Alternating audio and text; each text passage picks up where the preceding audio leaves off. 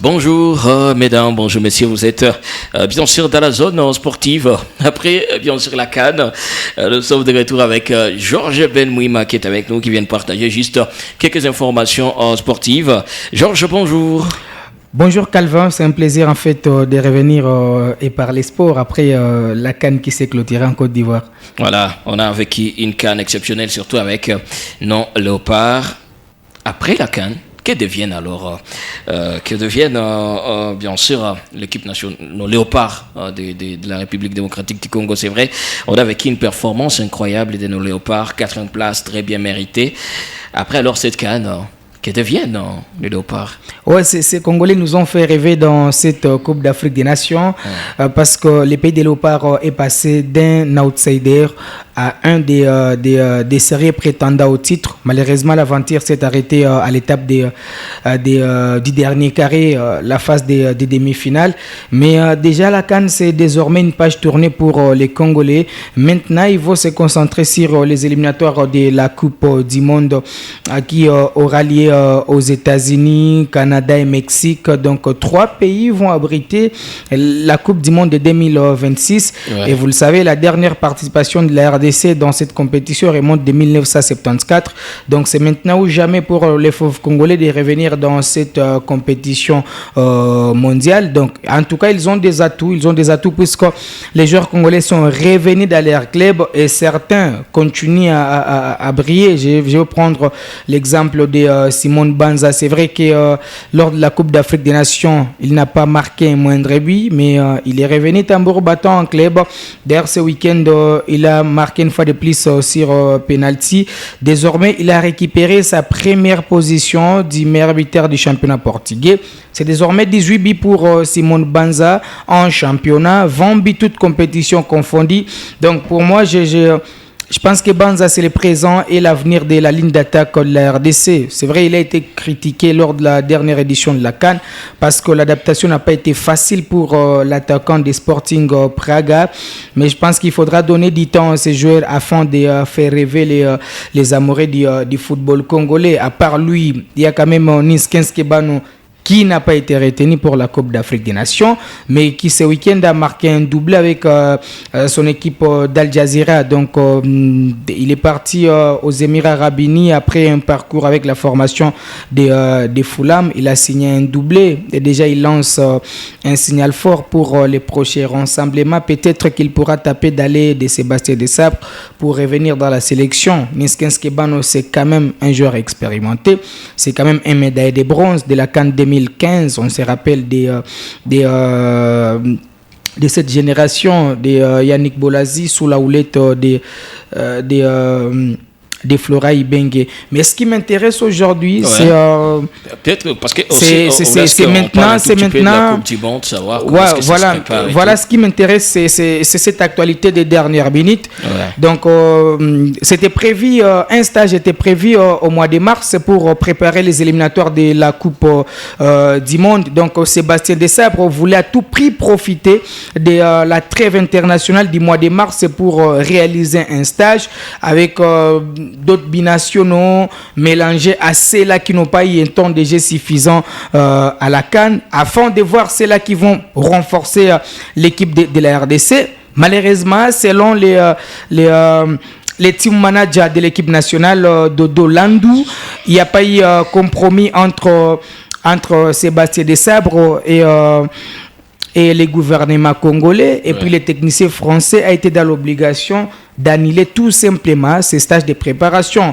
Pourtant, il y avait déjà certains joueurs qui étaient annoncés dans ces stages de préparation. Il y a Timothy Fayoulou, donc c'est un joueur qui a divisé la toile il y a de cela quelques années, parce qu'il avait accepté de porter les maillots de la RDC après un parcours avec les Léopards de moins de 18 ans. Il avait été appelé, rappelez-vous, lors des éliminatoires de la CAN 2021, il avait été retenu, mais à la dernière minute, il avait opté pour la sélection de la Suisse aux dépens de l'équipe nationale de la RDC. Il avait été trop critiqué par les amoureux du football congolais parce que lui, il avait vu son intérêt avec l'équipe nationale de la Suisse des mois de 21 ans. Ouais. Et là, il avait décliné les éliminatoires de la CAN 2021. À l'époque, on avait Christian Sengi Biembe. Et dommage parce que les Léopards étaient éliminés pendant les éliminatoires. Donc, on n'avait pas... on ne s'était pas qualifié pour jouer cette Coupe d'Afrique des Nations au Cameroun.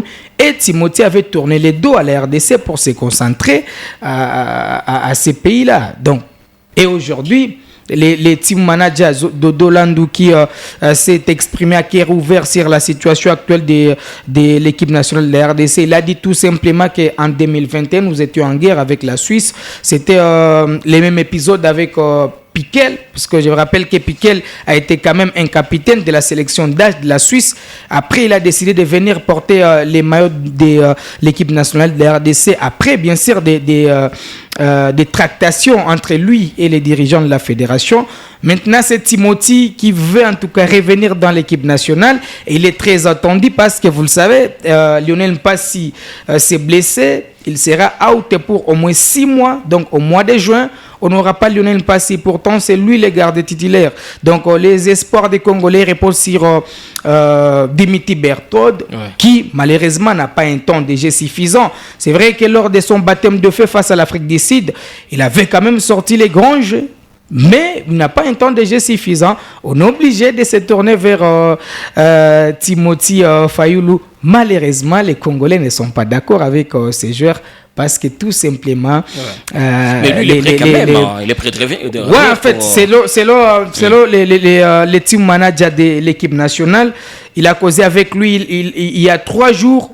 Il a dit qu'il est d'accord pour venir porter les maillots de la sélection nationale. Et puis, c'est un gardien encore qui est trop jeune, avec 24 ans. Il peut quand même apporter de la concurrence dans cette équipe nationale. Mais dommage parce que les Léopards ne vont pas réaliser ces stages de ces mois de mars, sauf rebondissement ou encore cataclysme. Mais on n'aura pas ces stages. Pourtant, ça serait important. Au mois de juin, on aura quand même la sélection du Togo. Voilà. Ce sont des éperviers. Ils maîtrisent très bien les footballs congolais. Après ça, on va jouer contre le Sénégal. C'est quand même l'un des grands pays du football sur les continents. Voilà. Donc, c'est au gouvernement congolais de donner également des moyens à notre sélectionneur, Sébastien Desabre, pour nous permettre en fait de se qualifier dans cette compétition. Puisque dans ce groupe, on aura besoin seulement d'un seul pays, contrairement à la CAN, où on avait 2 pays pour se qualifier. Ouais. Mais pour la Coupe du Monde, on aura besoin seulement d'un seul pays. Et l'autre attendra en fait la fin de cette campagne pour être récupéré comme meilleur perdant et jouer un tour de barrage. Là, ça sera déjà compliqué. Donc, c'est aux Congolais de prendre les choses en main pour permettre... aux amoureux du football congolais de revivre en fait cette ambiance d'une Coupe du Monde, parce que la première et la dernière participation remonte quand même de 1974. Calvin, tu n'étais pas là, moi j'étais pas là également. C'est maintenant ou jamais pour écrire une nouvelle histoire. Mais peut-être pour montrer qu'en fait les Congolais se portaient bien, je voulais citer avec les parcours de certains internationaux congolais qui se sont illustrés ce week-end. J'ai commencé avec Simon Banza, qui actuellement est le meilleur buteur du championnat portugais, le pays de Cristiano Ronaldo. Il y a Kebano qui a marqué son 5e but avec son équipe d'Al Jazeera. C'est quand même 1 million offensif depuis qu'il est venu dans cette équipe des Émirats Arabes Unis. Il compte déjà 5 buts. C'est déjà impressionnant pour lui. Il y a Grady Diangana, le jeune qu'on a eu le temps de découvrir à la CAN, qui a marqué le vendredi avec son équipe de West Bromwich. Désormais, il compte 5 buts depuis le début de cette saison. Il y a Fiston Maël qui était sur une chaise éjectable avec la formation des Pyramides. C'est parce que déjà, on parlait de quelqu'un qui était un indésirable dans l'équipe. Mais lors de la dernière journée de la phase des groupes de la Ligue des Champions, il a quand même signé un doublé pour permettre à Pyramides de faire un jeu égal avec l'FC Nouadhibou pour faire des partout. Insuffisant pour Pyramide, c'est de se qualifier en phase de groupe, de se qualifier en quart de finale, puisqu'avant même la 6e journée, Pyramide s'était déjà éliminé avec la formation de Nouadhibou au profit de Mazembe et la formation de Mamelodi Sundowns. Mais ce qui nous intéresse là-bas, c'est la prestation de notre international congolais.